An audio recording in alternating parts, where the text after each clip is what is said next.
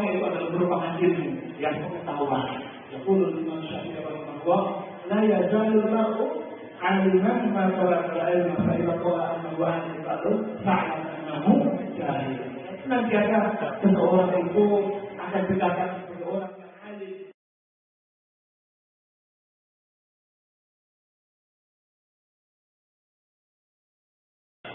Assalamualaikum warahmatullahi wabarakatuh. Alhamdulillah hamdan katsiran thayyiban mubarakan fihi kama yuhibbu rabbuna wa yarda. Asyhadu an la ilaha illallah wahdahu la syarika lah wa asyhadu anna Muhammadan abduhu wa rasuluh. Wassalatu wassalamu ala Rasulillah wa ala alihi wa ashabihi wa man tabi'ahum bi ihsanin ila yaumiddin. Ya ayyuhalladzina amanu taqullaha haqqa tuqatih wa la tamutunna illa wa antum muslimun.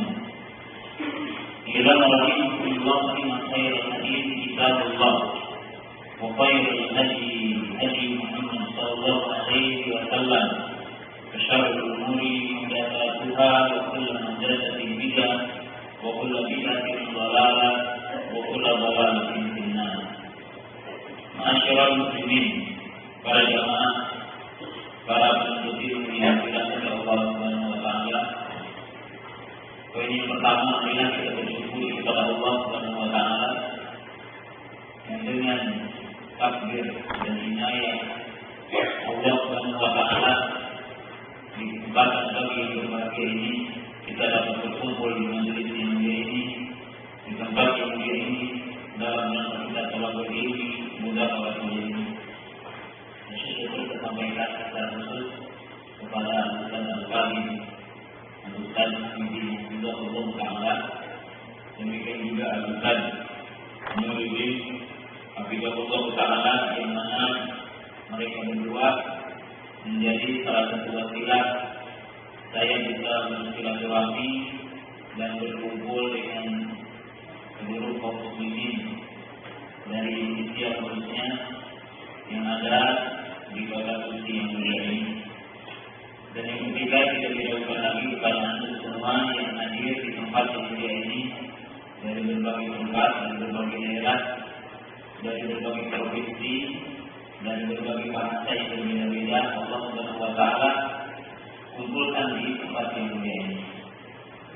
Kaum muslimin jamaah yang dirahmati Allah Subhanahu wa taala, di kesempatan pagi yang berbahagia ini, sebagaimana saya telah mengungkap pembicaraan sebelumnya, jadi kita untuk berbicara tentang kitab dakwah dan membawakan judul apa yang kau perbuat untuk dakwah. Kaum muslimin, para sahabat yang dirahmati Allah Subhanahu wa taala, pada kesempatan pagi yang berbahagia ini ada tiga bahasan penting yang saya akan bawakan berkaitan dengan dakwah yang ini. Poin yang pertama yang saya ingin sampaikan di kesempatan pagi yang berbahagia ini, bahwa kita meyakini sebagai seorang mukmin, terutama sebagai ahli sunnah, tidak ada nikmat yang paling agung yang Allah Ta'ala anugerahkan kepada seseorang kecuali apabila seseorang itu diberikan taufik untuk berada di atas sunnah Rasulullah Sallallahu Alaihi Wasallam. Oleh sebab itu, Abdullah bin Umar radhiyallahu anhu dia berkata, "Ma'arifu bil Islam asyhadu an min anna qalbi lam yadkhulhu al-hawa." Atau kama qala, berkata Abdullah bin Umar radhiyallahu anhu, tidak ada satu kebahagiaan setelah aku berada di dalam Islam, setelah aku berada di Islam, kegembiraan yang sangat agung, kecuali karena hatiku tidak masuk kepada beliau, tidak masuk kepada hatinya adalah hawa nafsu, bidah, itu bidah. Waqala al-Imam Ibn rahimahullah ta'ala, man mata al-Islam wa sunnah bahwa basyirun bi kulli khairin. Al-Imam Abdullah bin Amr rahimahullah ta'ala berkata, barang siapa yang meninggal dunia di atas Islam dan sunnah, maka beri kabar gembira dengan seluruh kebaikan. Waqala al-Imam Yusuf bin Asbab rahimahullah ta'ala, karena Nabi qadariyah wa akhwali rawakib fa'anqadini Allah bi'tiyan fa'amalani ala sunnah. Berkata al-Imam Yusuf bin Asbab rahimahullah ta'ala, keadaan bapakku adalah seorang qadariyah, salah satu firqah yang menyimpang dari ajaran sunnah, dari din Islam. Dan paman-pamanku adalah orang-orang Rafidhah. Maka Allah menyelamatkan aku dengan sebab aku bertemu dengan Sufyan bin Uyainah. Maka beliau membawa aku kepada sunnah. Perjalanan yang dirahmati Allah Subhanahu wa ta'ala dan nikmat al-kan al-sunnah, al-kan al-Islam, bukan al-sunnah. Maka orang yang berbahagia adalah orang yang berada di atas Islam dan berada di atas sunnah.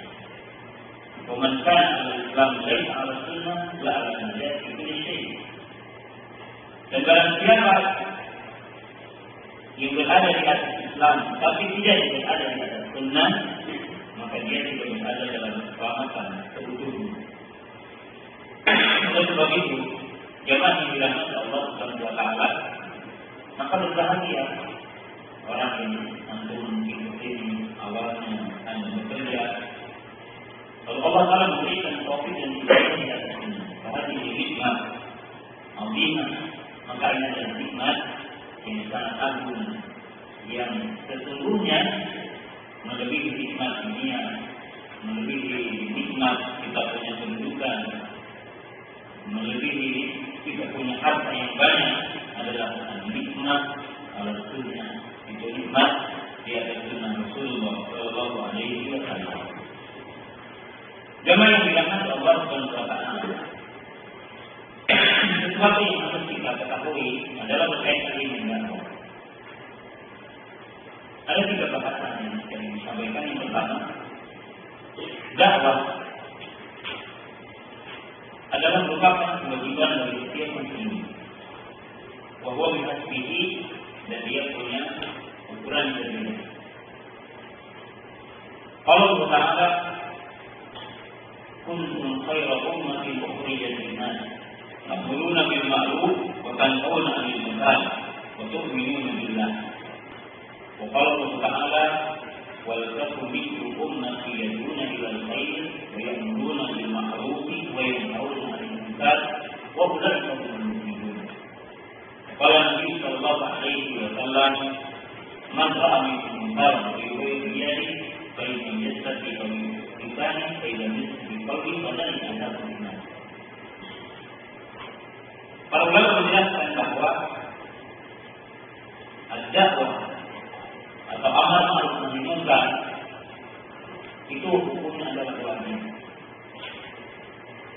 Wa huwa fardu 'ainin bi haqqihi wa fardu kifayatin bi haqqihi. Amar ma'ruf nahi munkar, dakwah kepada Allah Ta'ala adalah merupakan fardu wajib. Dia bisa fardu 'ain pada setiap mukmin, dan dia adalah fardu kifayah. Allah Subhanahu wa ta'ala menjelaskan dalam surah Al-Imran tadi, wal takum minkum. Sebagian para ulama mengatakan ini, ada yang mengatakan ini bayan, yang menunjukkan wajib pada setiap individu. Jadi tidaklah kalian menjadi sekelompok manusia yang mengajak manusia kepada yang ma'ruf dan melarang manusia dari yang munkar.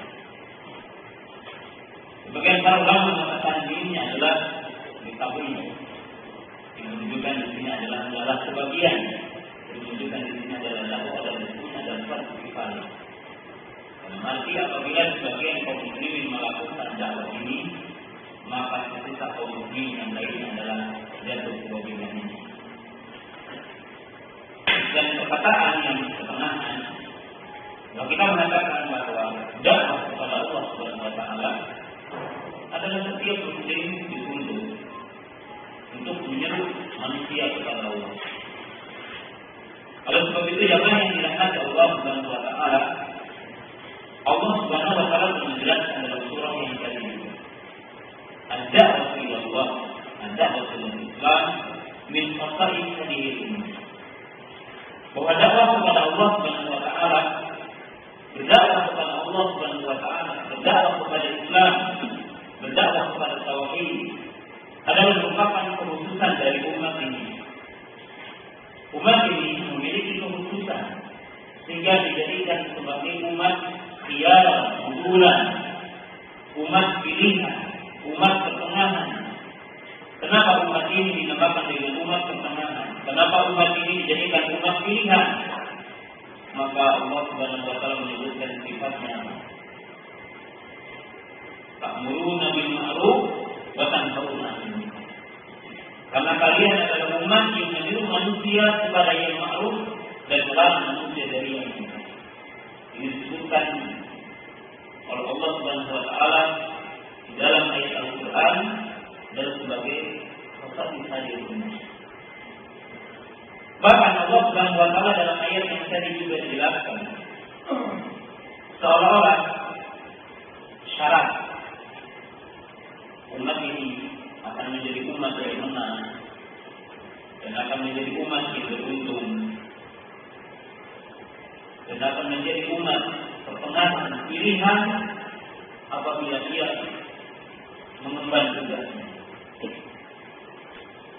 Dan Allah Subhanahu wa Ta'ala dalam ayat yang tadi, wal takum minkum ummatun yad'una ila al-khair wa ya'muruna bil ma'ruf wa yanhauna 'anil munkar. Maka di akhir ayat, wa ulaika humul muflihun. Maka ayat ini menjelaskan dan memberikan isyarat kepada umat ini al-falah, bahwa keberhasilan kemenangan umat ini dan termasuk kejayaan umat ini adalah sangat dikaitkan dengan sejauh mana umat ini berdakwah atau tidak.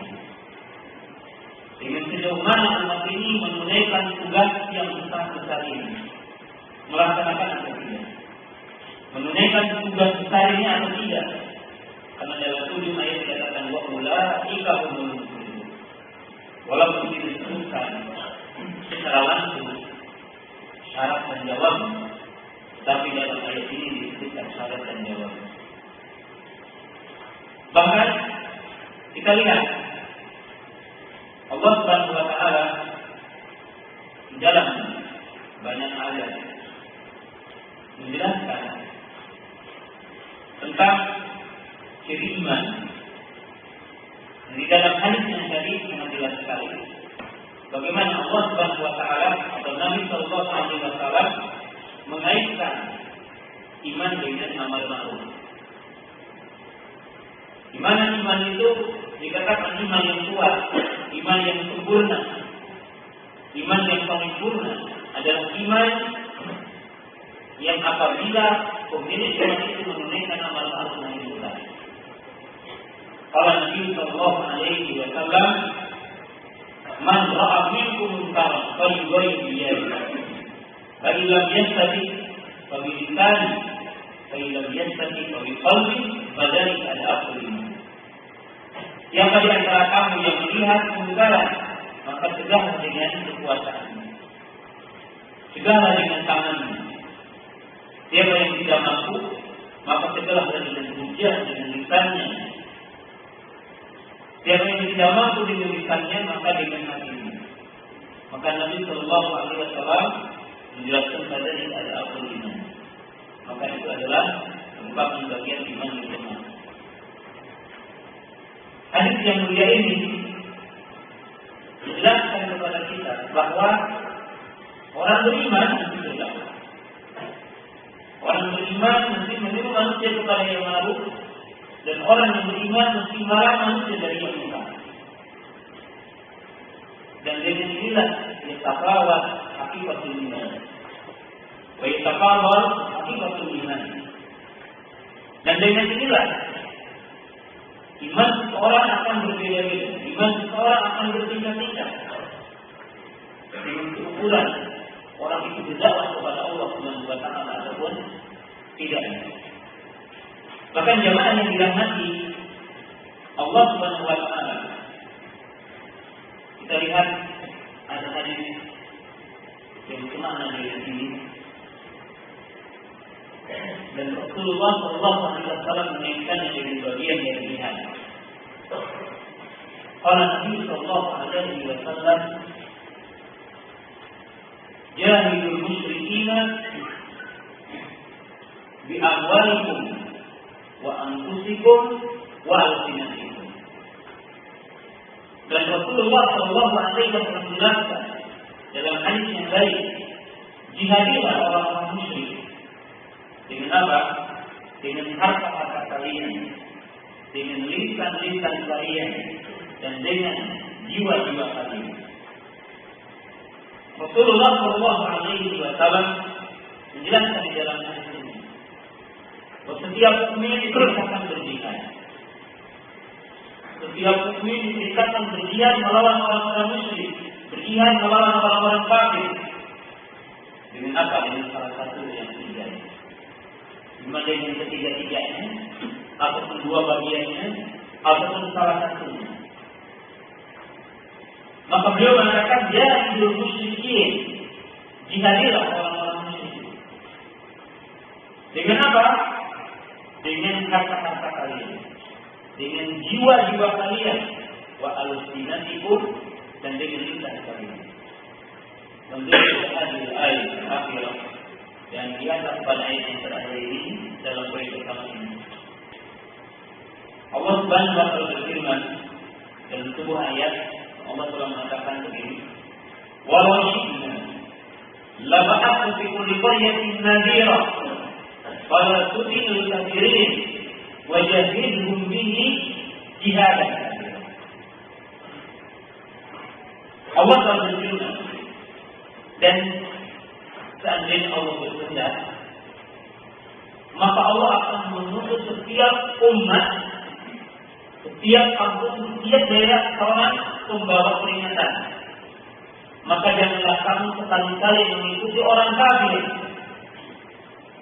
Lalu apa dalam ujung ayat itu? Wajahidhum bihi jihadan kabira, dan jihadilah mereka, siapa? Orang-orang kafir, orang-orang musyrik. Ahlul batil bihi, dikulul ulama ayat Quran, walaysa bisayfi wa sinan. Dan ini adalah ayat ini makkiyah.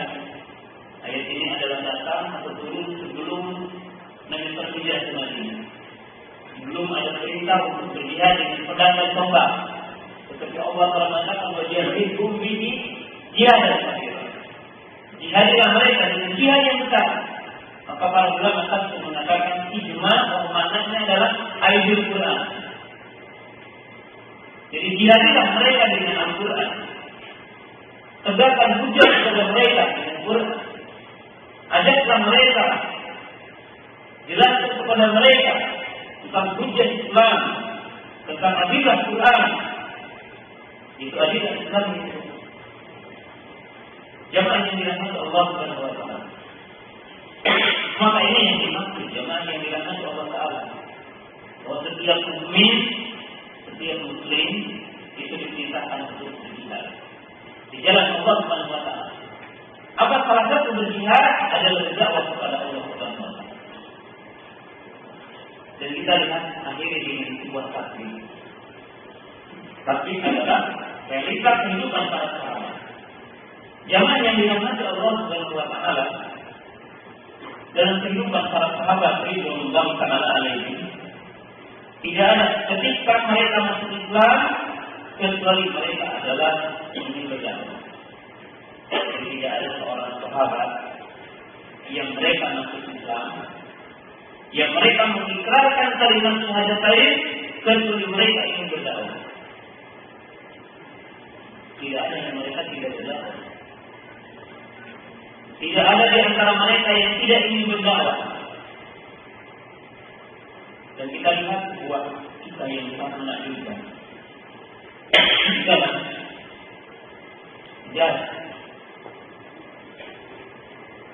Itu dari sebuah kabilah yang paling dikenal kemusyrikannya.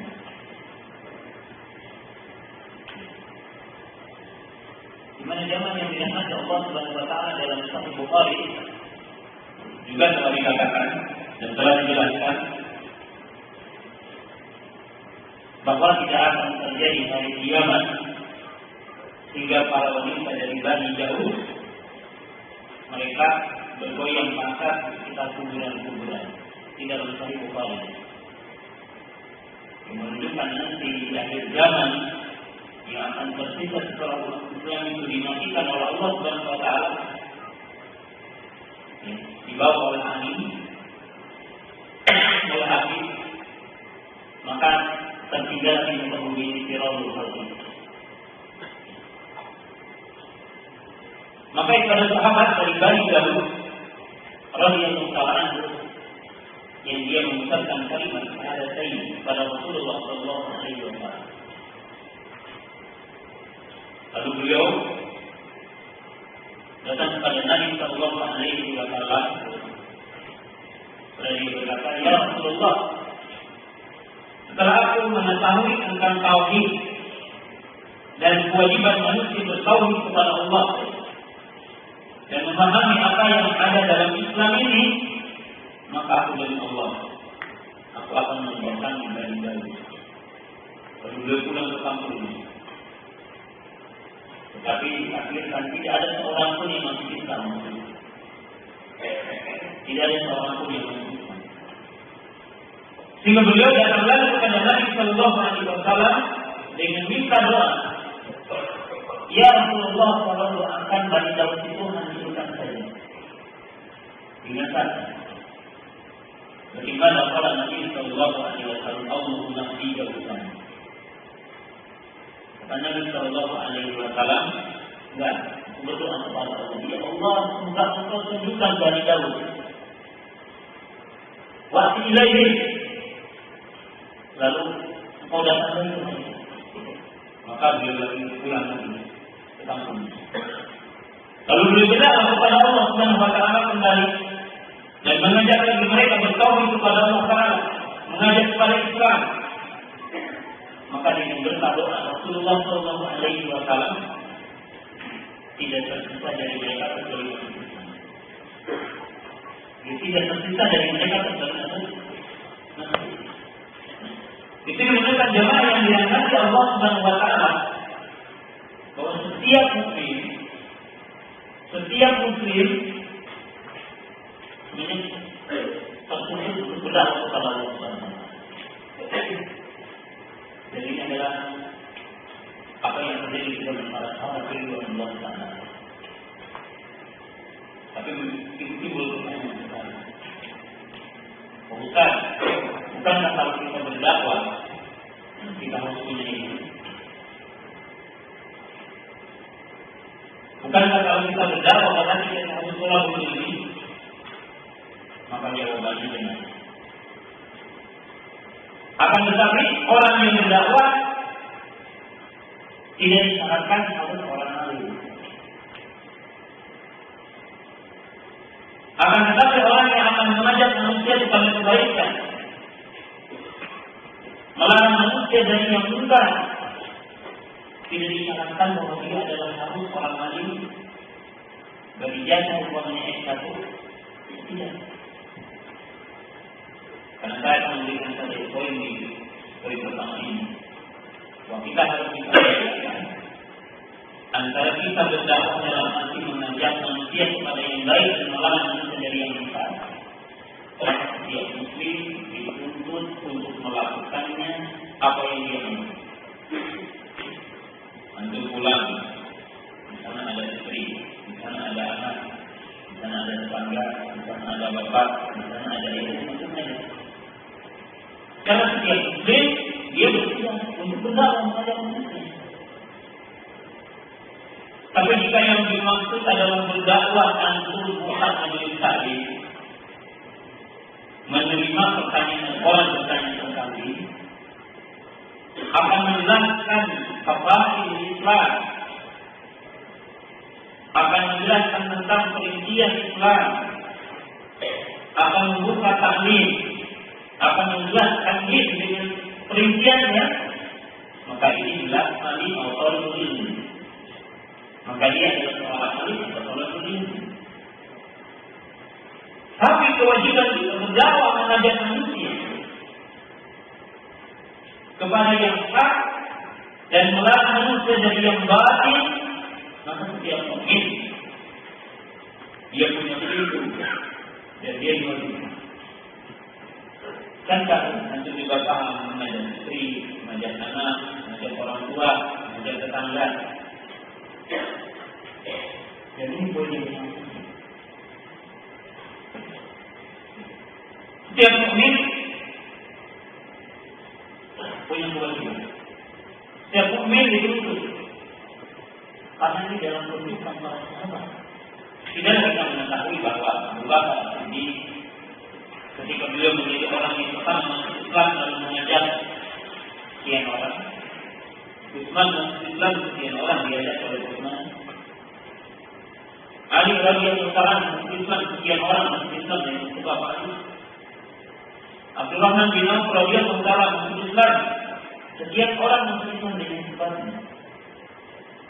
Maka demikian juga hari ini, ketika seseorang itu paham tentang sunnah, antum paham tentang sunnah, mulai ada teman antum diajak ngaji di sini. Ini yang dimaksud. Dan setiap mukmin punya kewajiban, setiap mukmin bertugas, setiap mukmin dimotivasi untuk melakukan. Bukan yang dimaksud dengan yang dimaksud tadi bahwa kita akan menemukan sebuah kajian, sebuah majelis, ya itu benar. Itu orang alim atau orang berilmu.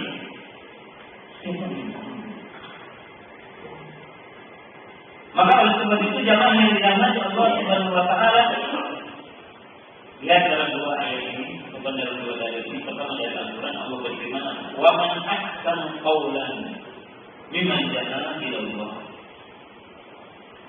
wa amila shalihan wa qala innani minal muslimin." Siapa yang lebih baik ucapannya? Jadi kalau ditanya, apa profesi yang terhebat? Profesi yang terhebat adalah profesi berdakwah. Karena Allah telah mengatakan dalam ayat yang tadi, "Wa man ahsanu qawlan mimman jaa ila Allah." Dalam hadis, la Allah bika rajulan wahidan khairun laka min humri na'am. Seseorang menjadi sebab orang masuk hidayah atau dapat paham tentang sunnah, paham tentang Islam dengan taufik dari Allah Subhanahu wa taala, maka lebih baik daripada orang bersolat dengan unta merah. Ini jelas. Maka oleh sebab itu para sahabat, para tabi'in, mereka menjadikan bahwa salah satu bagian kehidupan mereka berdakwah dan menjadikan salah satu jalan hidup mereka dalam berdakwah. Semua yang jelas tidak ada yang berdakwah dalam arti yang tadi mengajak, bukan dalam arti apa menjadi ulama yang mengajak. Karena ini tentunya adalah orang-orang. Jika kita sudah paham bahwa sesungguhnya dakwah adalah wajib dan setiap mukmin adalah dituntut untuk berdakwah, maka ada poin yang kedua yang saya ingin sampaikan. Bagian poin yang kedua yang saya ingin sampaikan tentang dakwah. Jamaah yang dirahmati Allah Subhanahu wa taala, pada poin yang kedua ini saya ingin sampaikan dakwah, khususnya mungkin apa yang terjadi dalam orang yang mensabkan diri kepada sunnah atau dakwah sunnah atau dakwah salaf. Ada poin-poin. yang sangat penting saya ingin sampaikan. Itu dua bagian yang penting. Poin pertama yang sering kita terbayang itu dalam dakwah. Dan ketika orang itu paham tentang sunnah adalah ketika antum tahu sunnah dan salah dan sunnah, maka yang paling gampang adalah bagaimana menghukumi orang lain. Kita mengatakan zaman ini zaman ini bulan tadi bulan Jumat wahai sahur. Dan ini adalah perkara yang mudah setiap orang, walaupun dia bukan seorang ulama, bukan seorang alim, sangat mudah. Kita mengatakan bulan tadi, kita mengatakan hari kiamat, mimpi dan sebagainya. Tetapi ini pun bukan sesuatu yang salah. Karena tentunya para ulama dulu juga sudah menjelaskan dan sudah mewanti-wanti. Kalau ini zaman ini adalah bulan ini juga. Tapi yang jadi koreksi yang saya ingin sampaikan bahwa apa? Bahwa jangan sekali di antara kita itu bagaimana membuka orang lain dalam tidak. Tetapi yang jadi mandat ataupun yang jadi tertutup, bagaimana kita itu menjadi wasilah orang lain dalam hidupnya. Apa yang kita perbuat? Apakah kita semuanya mengatakan bulan menjadi bulan mimpi, bulan min ahli mu'afi, bulan laisa ala sunnah? Kita lihat hadis Anas bin Malik. Rasulullah sallallahu alaihi wasallam mengatakan, hadis ini diriwayatkan oleh Imam Ibnu Majah dan yang lainnya, termasuk Imam Hakim. Inna minan nasi mafatiha lil khair, maghariqa lil syarr, wa inna minan nasi mafatiha lil syarr, maghariqa lil khair. Dan yang kedua, celaka anak besar. Siapa yang dengan kekuasaannya, dengan jabatan yang dimilikinya, dengan harta yang dimilikinya, dengan ilmu yang dimilikinya, menjadi penutup pintu-pintu kebaikan dan membuka pintu-pintu kejahatan. Lihat, ini hadis. Jangan yang dirahmati Allah Subhanahu wa taala. Sebelum saya memaparkan hadis ini, saya memberikan kita. Kalau antum berpikir di masyarakat kita ini, karena di dunia tadi apa yang kita berbuat oleh kamu? Kalau kita tanya, kalau antum lihat banyak wanita yang itu dikasih, wanita yang tidak menutup apa aurat itu dikasih. Kita akan mengatakan ini wanita enggak bisa. Wanita yang tidak bermakna, berarti. Semua orang bisa mengatakan. Tetapi pernahkah antum berpikir apa pintu buat mereka itu bisa paham? Apa pintu buat mereka supaya bisa mendengarkan itu? Contoh kecil, pernahkah antum berpikir, wah, tapi ini menimbulkan umat untuk mereka bersolat pakaian tadi. Yang satu kita mengumpulkan satu pakaian yang lengkap kerudung dari ini. Hari-hari kita nanti bakal sosial dan membagikan pakaian ini. Pernah berpikir? Atau kita mengatakan nanti di rumah ini manfaat. Ini yang kita maksudkan bahwa dakwah itu adalah perlu pada strategi. Dakwah itu adalah perlu pada pengorbanan. Dakwah itu adalah perlu kepada wasilah. Yang kita perlu tempuh. Sekarang kemudian untuk melihat orang itu kebacaannya tidak jelas. Kenapa sih yang darinya dari surat ditinggalkan? Kalau ini bacanya yang baru-baru. Timbul pertanyaan itu, kita pernah nggak berpikir? Mari kita kumpulkan 10 real, 5 real, kita beli. Mikir, apa itu buku Islam Muslim kita bagikan.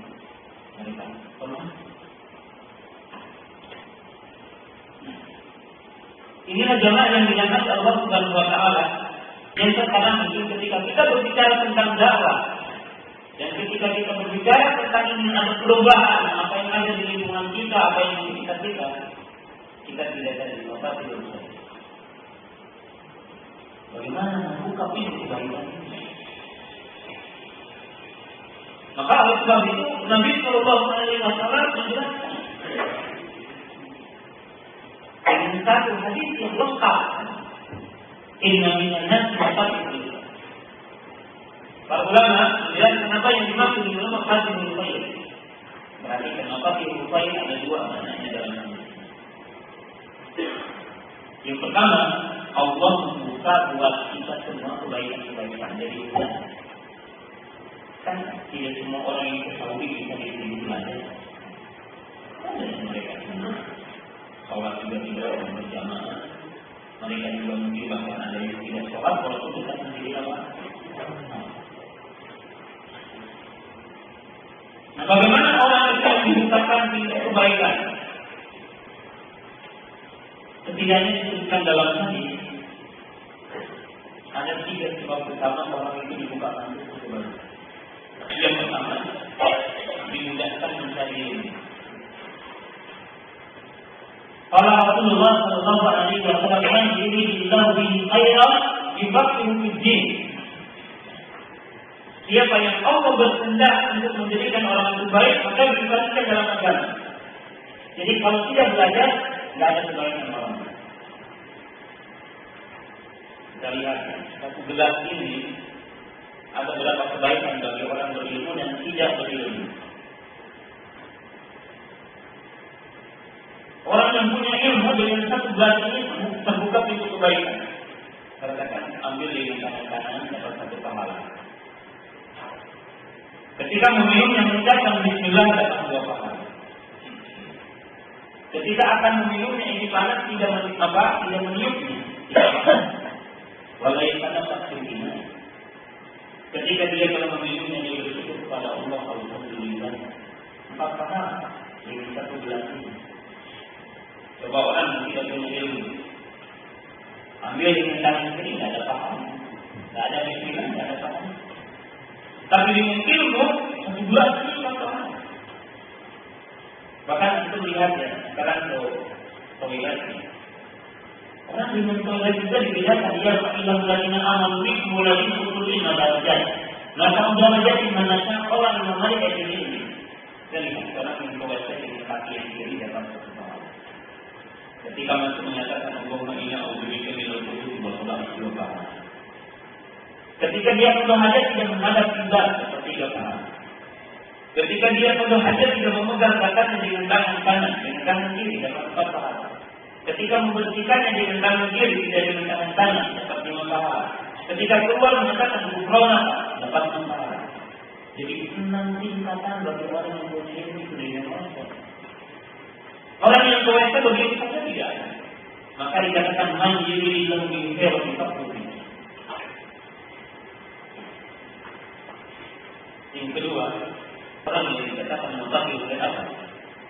Orang yang dimudahkan Allah melakukan kebaikan. Kalau Rasulullah SAW man yuridillahu bihi khairan ista'malahu. Faqala bagi sahabat, "Kaifa istimalu?" Nabi SAW mengatakan barang siapa yang Allah menghendaki orang itu baik, maka disebutkan dalam jawaban Al-Quran bahwa di akhir hayatnya didefinisikan kepada amalan-amalan kebaikan. Nah, kita berikan contoh. Abu Bakar As-Siddiq berada di tengah-tengah para sahabat seperti hari ini. Dan Nabi SAW bertanya tentang 4 amalan. Man minkumul yawma sha'iman? Siapa yang hari ini tahu? Tidak ada yang menjawab dalam bahasa saya. Man minkumul yawma ittaba'a janazah. Siapa yang hari ini mengabarkan jenazah? Kanan kiri tidak ada yang saya tahu. Man minkumul yawma at'ama miskin. Siapa yang hari ini memberi makan miskin? Tidak ada yang tahu menggunakan. Man minkumul yawma ada maridun. Siapa yang hari ini menengok orang sakit? Si pagi ditanya 4 pertanyaan oleh Nabi SAW. dan tidak ada yang jawab khususnya kecuali Abu Bakar. Maka beliau mengatakan barang siapa, kata beliau, yang mengamalkan 4 amalan dalam sehari, kecuali dia akan menjadi penghuni surga. Nah, aku pernah melaksanakan 4 amalan tadi. 4 hari ini ada yang meninggal, 4 hari Senin ada yang meminta kita, 4 hari Senin ada teman yang sakit, 4 amalan itu ada. Allah memudahkan melakukan kebaikan itu. Ternyata benar juga. Di sini banyak ulama, tapi kan tidak semua orang bisa mengambil itu. Di sini bapak orang mungkin dari sana mau kesini umroh apa, ternyata kalau ditanya tidak ada berapa kali itu ya, hari atau 2 kali. Artinya apa? Bahwa Allah memudahkan kebaikan. Itu tidak. Orang itu dijadikan baik apabila dipertemankan dengan orang lain. Ketika orang itu dipertemankan dengan orang baik, lihat perkataan para ulama ini.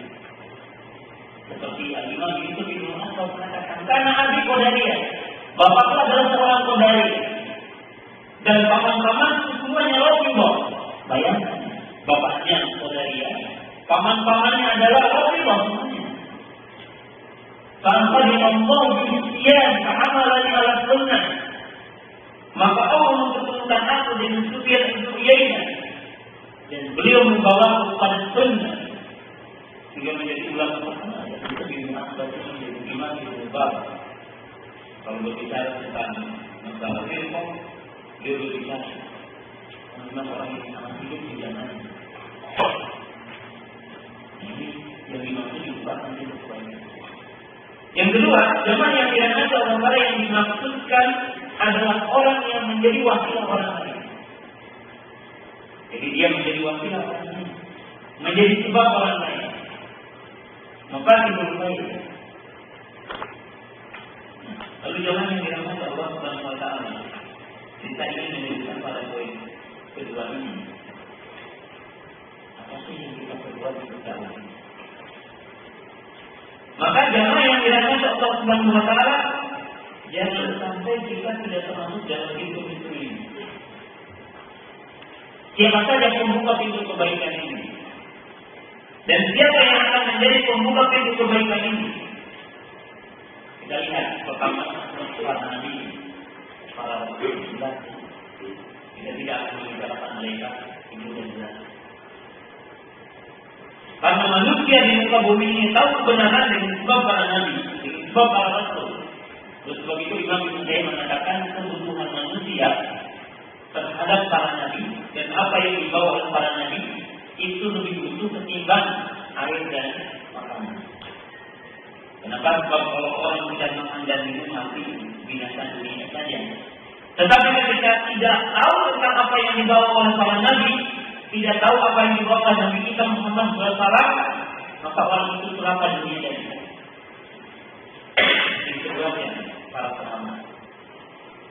Para sahabat adalah sebab menangkap yang lain. Bayangkan jemaah yang dirahmati Allah Taala, kalau agama diambil seperti sekarang antum mengambil ilmu dari orang lain. Beda ya kalau agama ini berdasarkan saja.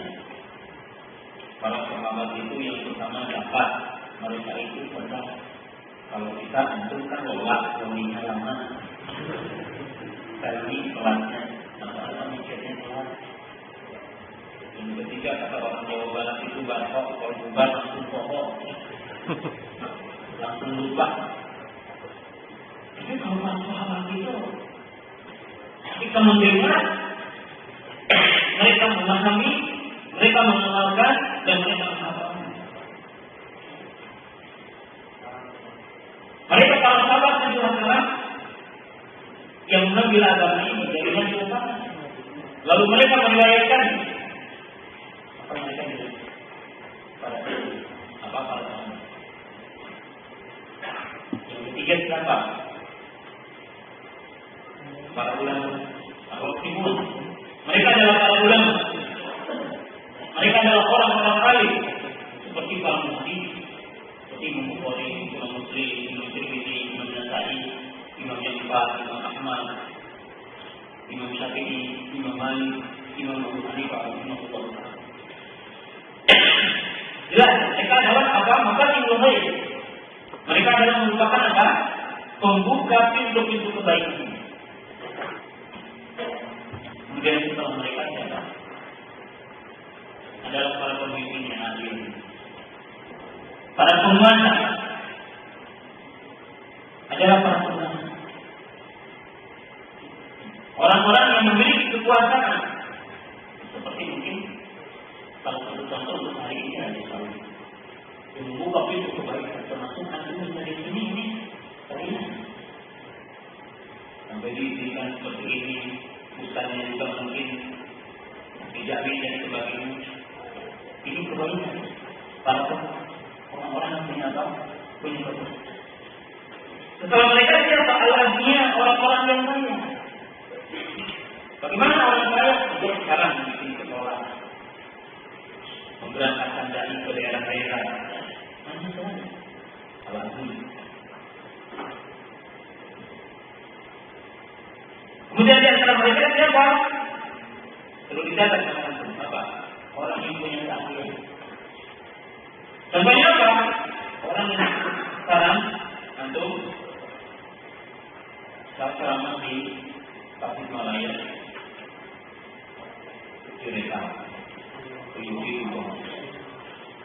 berkaitan dengan IT, televisi, radio dan sebagainya. Mereka dapat kebaikan. Mereka merupakan mafatihul ghaib. Bahkan jamaah yang dirahmati Allah Subhanahu wa taala, apabila di masuk Islam, contoh ini kemudian sekarang kita tidak bisa bawa kitab, dan di sini bisa merupakan sekitar 16.000 kitab. Bukan kitab itu dan bukan masa-masa nanti bukan dikumpulkan satu persatu. Ini mafatihul ghaib, ini adalah pintu kebaikan. Orang yang punya keahlian, antum punya di teknologi sekolah, apa kemudian? Kemudian di antara mereka siapa? Yang paling terakhir kata para ulama adalah Abu Asad, orang-orang berdosa, al-masakin, wal-fuqara, orang-orang yang miskin dan orang-orang yang fakir. Mereka akan menjadi pembuka pintu kebaikan. Mungkin aku akan bertanya, gimana sih orang yang fakir, orang yang miskin bisa menjadi pembuka pintu kebaikan di dalam dakwah? Ketika yang dijawab yang dirahmati Allah Subhanahu wa taala. Hanya dua bagian bagi orang miskin, orang fakir. Orang-orang pertama ada dua kita. Kita ini kita pribadi Syekh dari Yordania. Itu Al-Hasan Fidullah Ta'ala. Karena itu orang namanya Wahid. Al-Quran ini berkata kepada dia, Syekh, beliau itu Al-Hasan, itu seorang dapat berkah. Kata beliau, alangkah nikmatnya banyak orang awam. Alangkah nikmatnya kata beliau itu banyak orang yang masih jahil. Seandainya di Indonesia ini tidak banyak orang awam, maka saya tidak akan jauh-jauh datang dari Yordania ke sini. Artinya apa?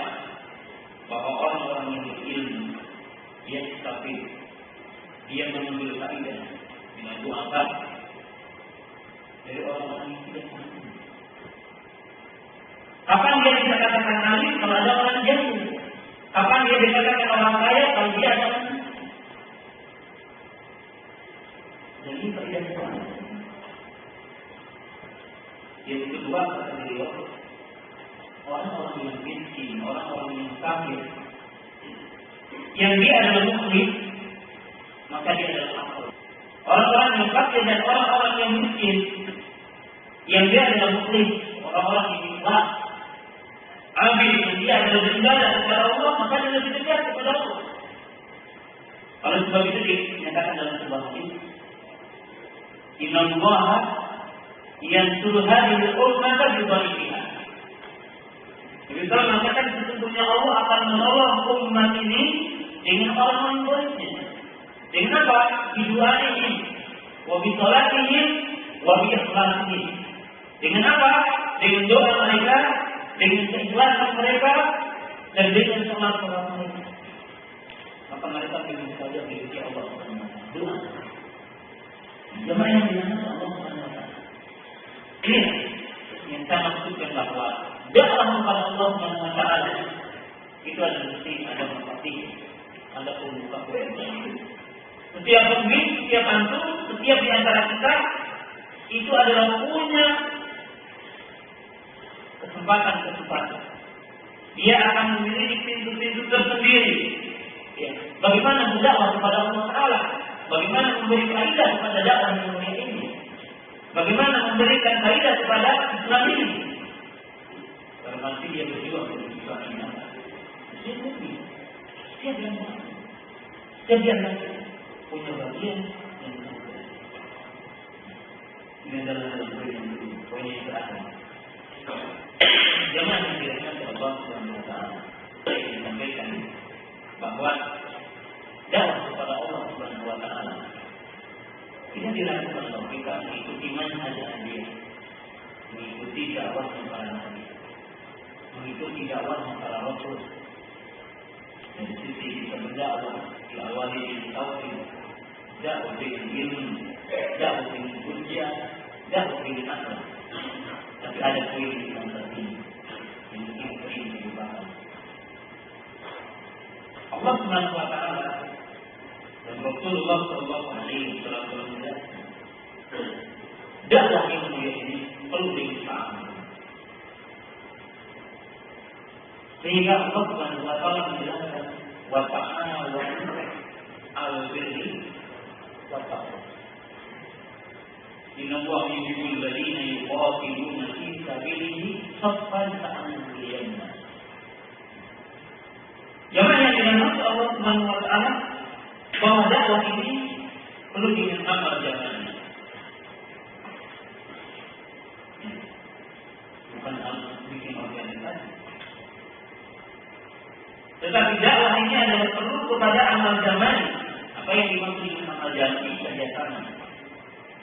Dakwah ini adalah perlu dibangun di atas ta'awun, di atas tolong menolong. Dakwah ini adalah perlu dibangun di atas kerjasama. Belum sebagai penutup dari kajian yang bahagia ini, dalam teman yang saya memiliki, saya itu tidak paham. Kalau ada orang yang mengaku sunni atau salafi, lalu dia mengharapkan tamrin, lalu dia mengharapkan tansik dalam dakwah. Pertama, dari mana yang melarangnya? Yang kedua, fatwa ulama yang mana yang melarangnya? Bagaimana yang dirahmati Allah Subhanahu wa taala? Bagaimana kita melaraskan ayat wa ta'ala wa al-birri wa taqwa? Bagaimana kita melaraskan ayat dalam surah Al-Qaf yang tadi? Dan yang terakhir, tapi bertanya kepada orang yang mengatakan amal jamaah dalam dakwah adalah tidak. Tapi bertanya, ini kalimatnya sangat sederhana. Ketika para sahabat, para tabi'in, mereka itu berdakwah mendatangi sebuah daerah, lalu mereka berkelompok, mungkinkah mereka berdakwah dengan tanpa tansik? Tansik itu maksudnya adalah perencanaannya, siapa yang menjadi pimpinannya, siapa yang menjadi kepala rukuknya, kemudian mungkin akan kemana, bahasanya apa dan sebagainya. Apakah para sahabat dakwah begitu saja? Bahkan Nabi SAW mengatakan, jika seseorang berbagian bertiga, maka angkatlah salah seorang di antara mereka menjadi apa? Amin. Nah, kalau sekarang antum berdakwah, di mana saja antum berdakwah? Antum kalau ditanya setelah dari sini pulang lalu ingin membuka dakwah, mungkinkah antum akan berdakwah dengan tanpa tanggung? Mungkinkah antum akan berdakwah dengan tanpa tanggung? Jadi dakwah ini perlu kepada kambing, dakwah ini perlu kepada kambing. Nah, ta'awun fi ma bainana, kita saling menolong dan membantu satu dengan yang lain. Karena itu adalah tasbih dari ayat-ayat yang tadi. Karena itu adalah realisasi dari ayat-ayat yang tadi. Nah, tidak mungkin dakwah itu tidak mungkin. Jangan yang dirahmati Allah Subhanahu wa taala. Rasulullah sallallahu alaihi wasallam memberangkatkan Mu'adz bin Jabal, memberangkatkan sekian para sahabat, ridwanullah ta'ala alaihim. Dan Rasulullah SAW siap mengutus pasukan, baik pasukan perang atau beliau adalah pasukan untuk berdakwah, maka senantiasa beliau itu adalah mengangkat kambing. Mengangkat apa? Akhir mengangkat pemimpinnya. Yang mana mereka bekerja sama satu dengan yang lain. Di mana mereka adalah berjalan di atas satu komandonya. Dan itu berjalan seperti itu. Dan ini tidak oleh sangat kalian. Nah, jamaah yang dilakukan Allah Subhanahu wa taala, barangkali demikianlah apa yang kami sampaikan di kesempatan ini. Kekuatannya yang sangat dari ini, tapi kebetulan kembali. Mungkin dengan ada pertanyaan-pertanyaan, misalnya yang sudah beberapa untuk pertanyaan, untuk dialog, barangkali itu yang saya sampaikan dalam kesempatan yang kembali ini, mudah-mudahan menjadi salah satu pembicaraan di bagian